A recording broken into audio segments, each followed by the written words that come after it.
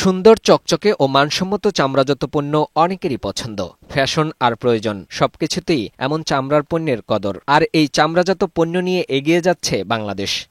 একটা সময়ে পাট ও চামড়া শিল্প নিয়ে বিশ্ব দরবারে অহংকার বোধ করত। স্বাধীনতার পরে নানাভাবে এই শিল্প ধ্বংস করে দেওয়া হয়েছে। নানা প্রতিকূলতা মোকাবেলা করে এই সেক্টর এখন ভালো করছে। নতুন নতুন উদ্যোক্তাও আসছে এই শিল্পে। মানসম্মত চামড়াজাত পণ্য তৈরি করছে দেশের প্রতিষ্ঠানগুলো।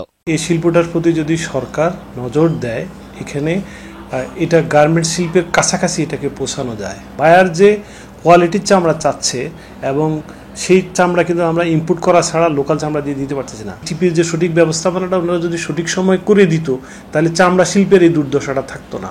আমরা কিন্তু ব্যাকওয়ার্ড লিঙ্কেজে পিছিয়ে আছি।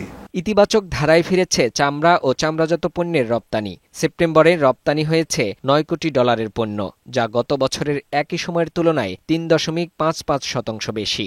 ইপিবির তথ্য বলছে, চলতি অর্থবছরের প্রথম 3 মাসে মোট $92 কোটি চামড়া ও চামড়াজাত পণ্য রপ্তানি হয়েছে। এর মধ্যে $15.56 কোটি চামড়ার জুতা, $10 কোটি চামড়ার পণ্য ও $3 কোটি চামড়া। চলতি অর্থবছরে এখন পর্যন্ত চামড়া ও চামড়াজাত পণ্য রপ্তানিতে প্রবৃদ্ধি হয়েছে 10.60%। এই শিল্পে নতুন উদ্যোক্তা তৈরিতে আগ্রহী ও রপ্তানি বৃদ্ধিতে কাজ করছেন চামড়াজাত পণ্য সহ জুতা উৎপাদন ও রপ্তানিকারকদের সংগঠন LFMEAB। প্রায় 15% ইন্টারেস্ট নিয়ে আমাদেরকে নতুন একটা ফ্যাক্টরি এস্টাবলিশ করতে হয়, যে জন্য আমাদের উদ্যোক্তা সাহসী হয়ে আসতে পারে না। অ্যাসোসিয়েশন থেকে আমরা চেষ্টা করছি এই ব্যাকওয়ার্ড লিঙ্কেজটা ক্রিয়েট করার জন্য।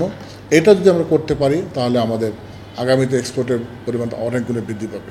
সংগঠনটির মহাসচিব জানান, চামড়া আমদানি করে নয়, দেশের চামড়া দিয়েই বিদেশের বাজারে নিজেদের সক্ষমতা তুলে ধরতে চান তারা। ইটিপিটাকে আন্তর্জাতিক মানে করতে পারতাম, আমরা টোটালি কমপ্লায়েন্ট করতে পারতাম, তাহলে আমাদের এই এক্সপোর্টটা আরও অনেক গুণ বৃদ্ধি পেত। কাস্টমসের প্রতিবন্ধকতা দূর করতে হবে। LDC গ্র্যাজুয়েশনের আগেই আমাদের এই FTA সাইন করা প্রয়োজন হবে। তা নাহলে আমরা এই মার্কেটে এখন যে 0 ট্যারিফে এক্সপোর্ট করে থাকি, এটা আমরা হারাবো।